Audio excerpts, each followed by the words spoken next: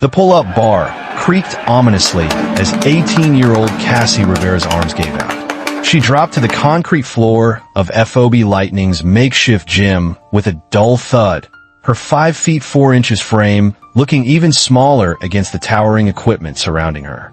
3 pull-ups. That was it. Staff Sergeant Mike, Bulldog, Thompson's booming laughter echoed off the corrugated metal walls. 3. Jesus Christ, Rivera. The 35-year-old veteran slammed his beer bottle down on the wooden crate serving as a table, foam spilling everywhere. My grandmother could do more than 3, and she's been dead for 10 years. The cluster of rangers around him erupted in cruel laughter, their desert-worn faces creased with amusement. 15 years of Afghanistan had hardened these men into something approaching human steel, and watching a baby-faced kid struggle with basic fitness was entertainment they savored. "Look at her!" Sergeant First Class Rodriguez chimed in, gesturing with his protein shake. "She looks like she should be selling Girl Scout cookies, not carrying a rifle in Helmand Province." More laughter. "Thin mints, anyone?" Cassie silently wiped the chalk from her hands, her steel blue eyes never leaving Thompson's weathered face. Her regulation Army combat uniform hung loose on her slight frame, making her appear even more fragile than her 110 pounds suggested. Everything about her screamed child soldier, the soft features that makeup couldn't harden, the blonde hair pulled back in a regulation bun that somehow still looked like a high school ponytail, the way she moved with careful precision as if afraid to take up too much space. FOB Lightning sat in the eastern mountains of Afghanistan like a concrete middle finger pointed at the Taliban. The forward operating base housed 200 soldiers from the 75th Ranger Regiment, men who'd seen more combat in a month than most soldiers saw in entire deployments. This was no place for someone who looked like she belonged in a college dorm room.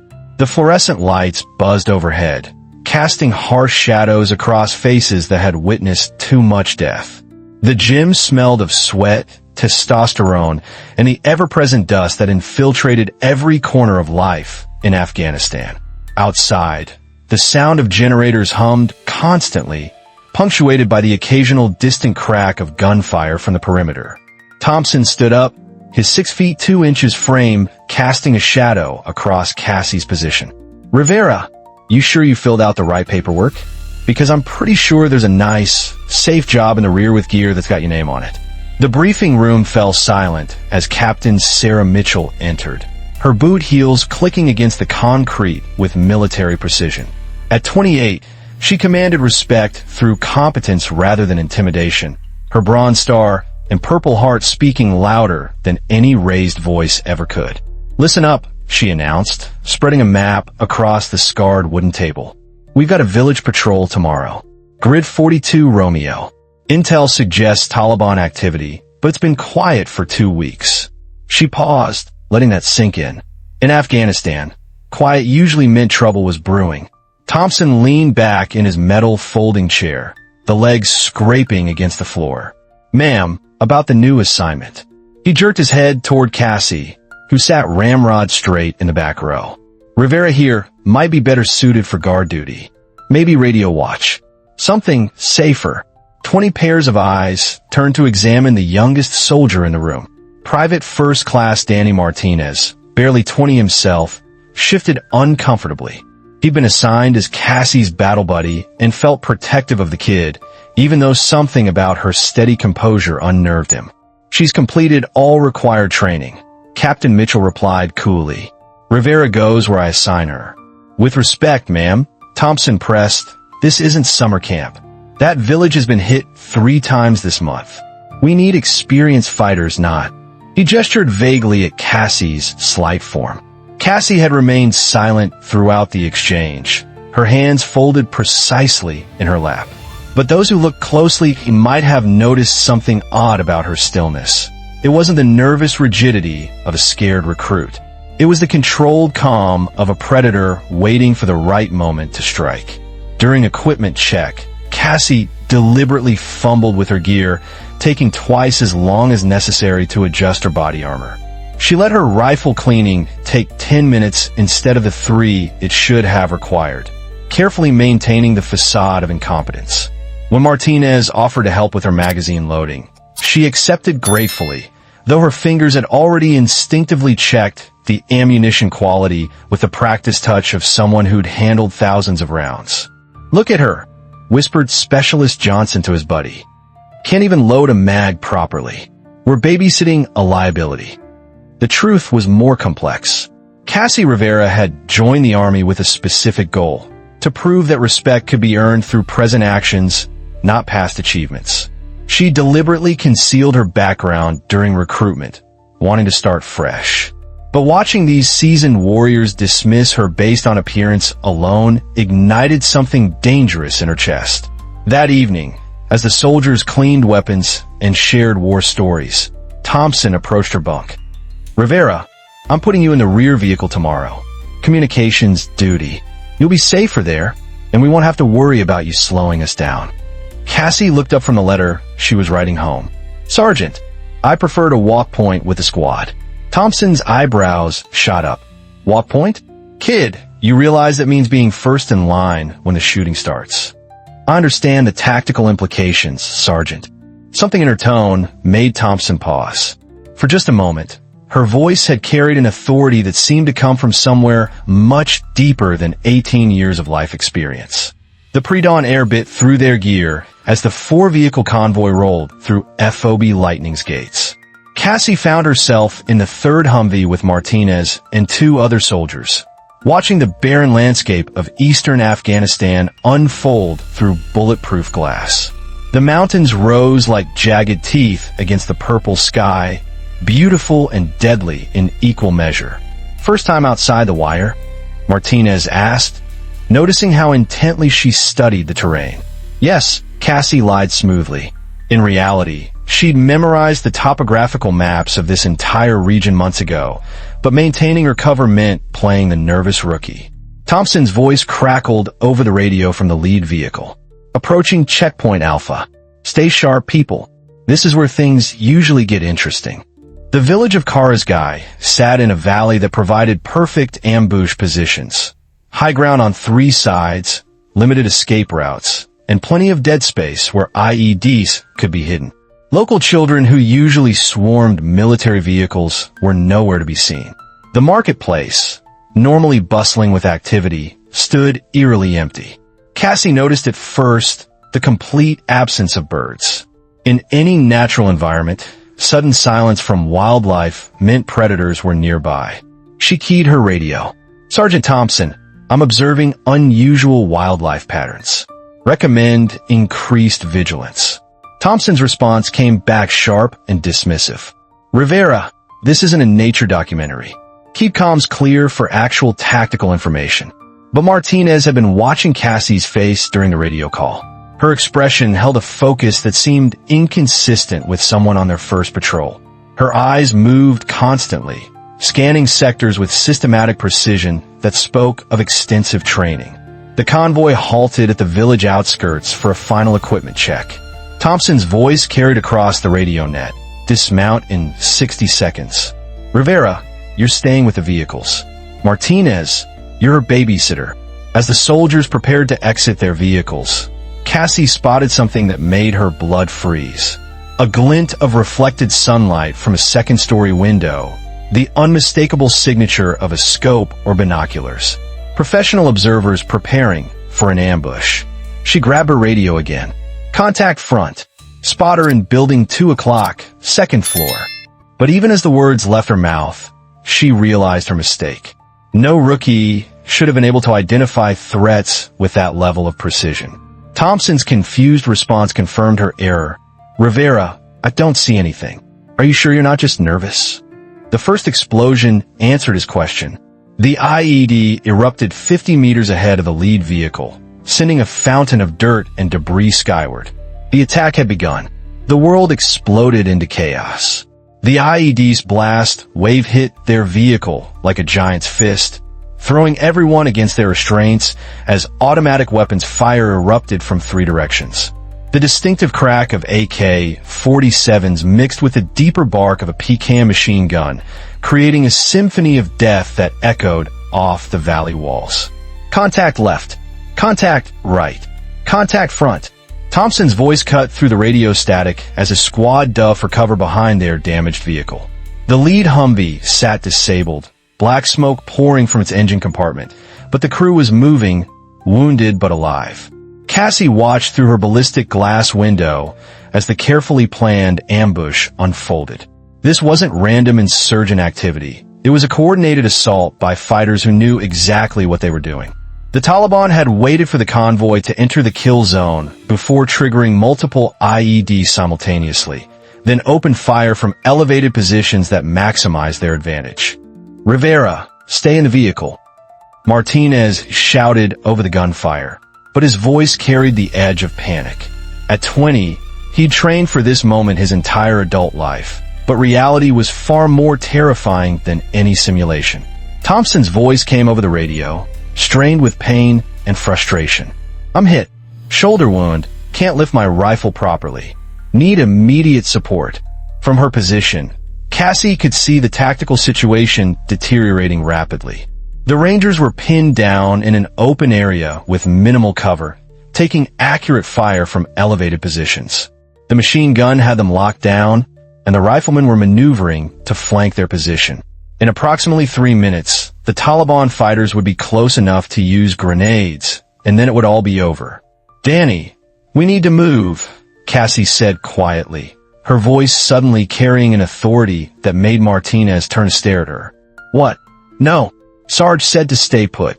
But Cassie was already checking her rifle, her movements flowing with practiced efficiency. Every motion was deliberate, economic, speaking of muscle memory developed through years of intensive training.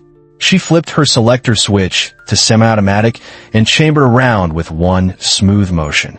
Contact, rear. They're flanking us.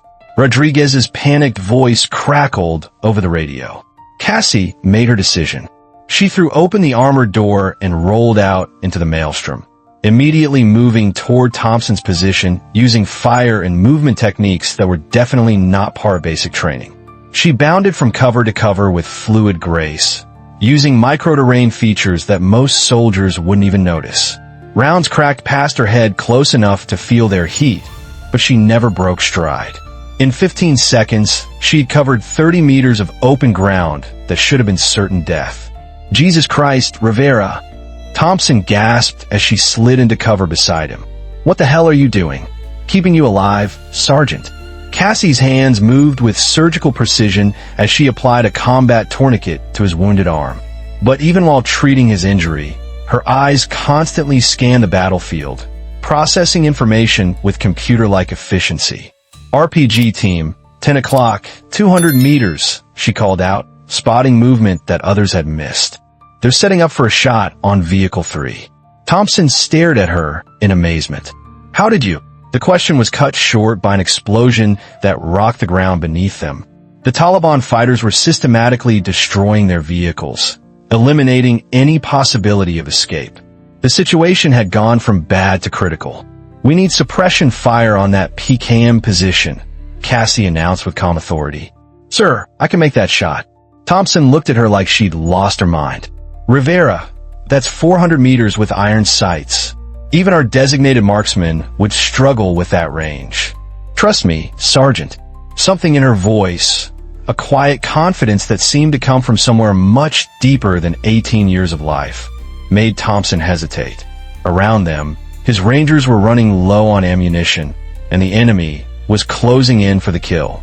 They were out of options. Do it, he whispered.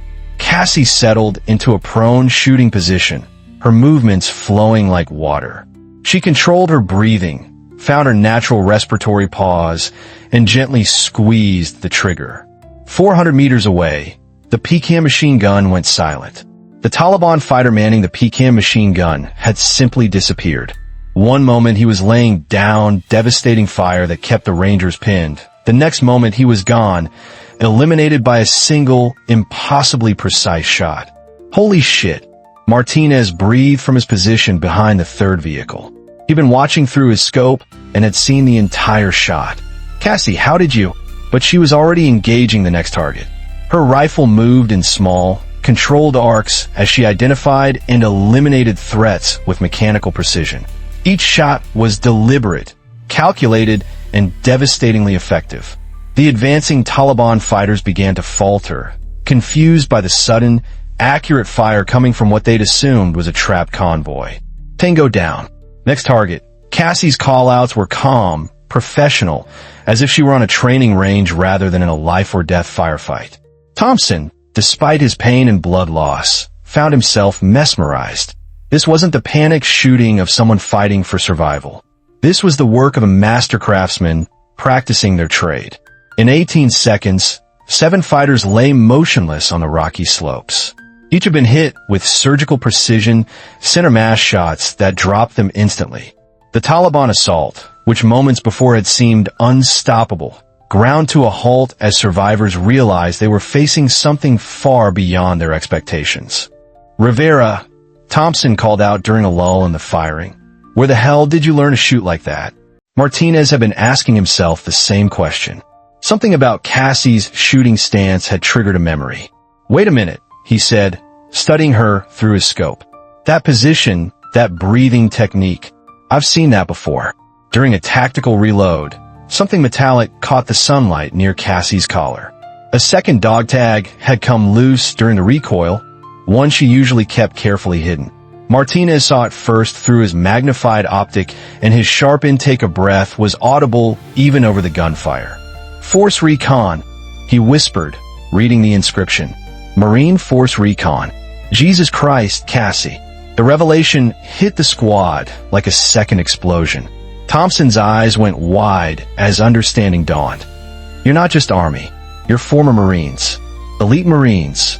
Force Recon. Rodriguez's voice cracked over the radio. Those guys are like Spec Ops level.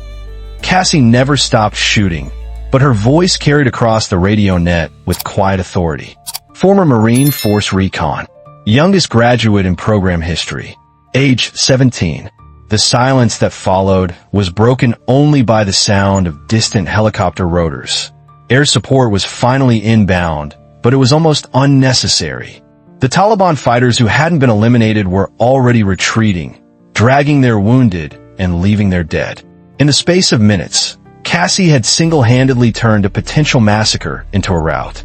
Thompson tried to speak but found his throat had gone dry. The 18-year-old rookie he'd mocked, the girl whose combat effectiveness he'd questioned, had just saved all their lives. The Apache gunship arrived like thunder incarnate, its 30mm cannon finishing what Cassie had started. In minutes, the carefully planned ambush had turned into a complete Taliban defeat. 14 enemy fighters lay dead on the battlefield while the American convoy had suffered 3 wounded, but miraculously, no fatalities. As the medevac helicopters settled onto the hastily marked landing zone, Thompson approached Cassie with his good arm extended. His face showed a mixture of pain, embarrassment, and profound respect. I was wrong, he said simply. Completely wrong. Why didn't you tell us? Cassie safetied her rifle and slung it across her shoulder. Because I wanted to earn your respect as Cassie Rivera, not as some former Marine with an impressive resume. I thought hiding my background would prove I could contribute without special treatment. Special treatment? Thompson almost laughed. Kid, what you just did, that was the most impressive display of marksmanship I've ever witnessed. You saved all our lives. Martinez joined them, still shaking his head in amazement. 17? You were 17 when you graduated Force Recon. Youngest in program history, Cassie confirmed. But I learned something today. Sometimes hiding your capabilities doesn't prove strength. It endangers the people you care about. Thompson nodded slowly. And I learned that age doesn't define ability. Experience does. And clearly, you've got more real experience than any of us suspected. As they loaded the wounded onto the helicopters, Cassie made a decision. She was done hiding who she was. True respect wasn't about proving you didn't need your past achievements. It was about using every tool at your disposal to protect the people who mattered. The story of the baby-faced rookie who saved her squad became legend throughout the 75th Ranger Regiment. Not as a tale of deception revealed, but as a reminder that courage and competence can come in the most unexpected packages, and that the greatest warriors are often those who fight hardest to avoid fighting at all.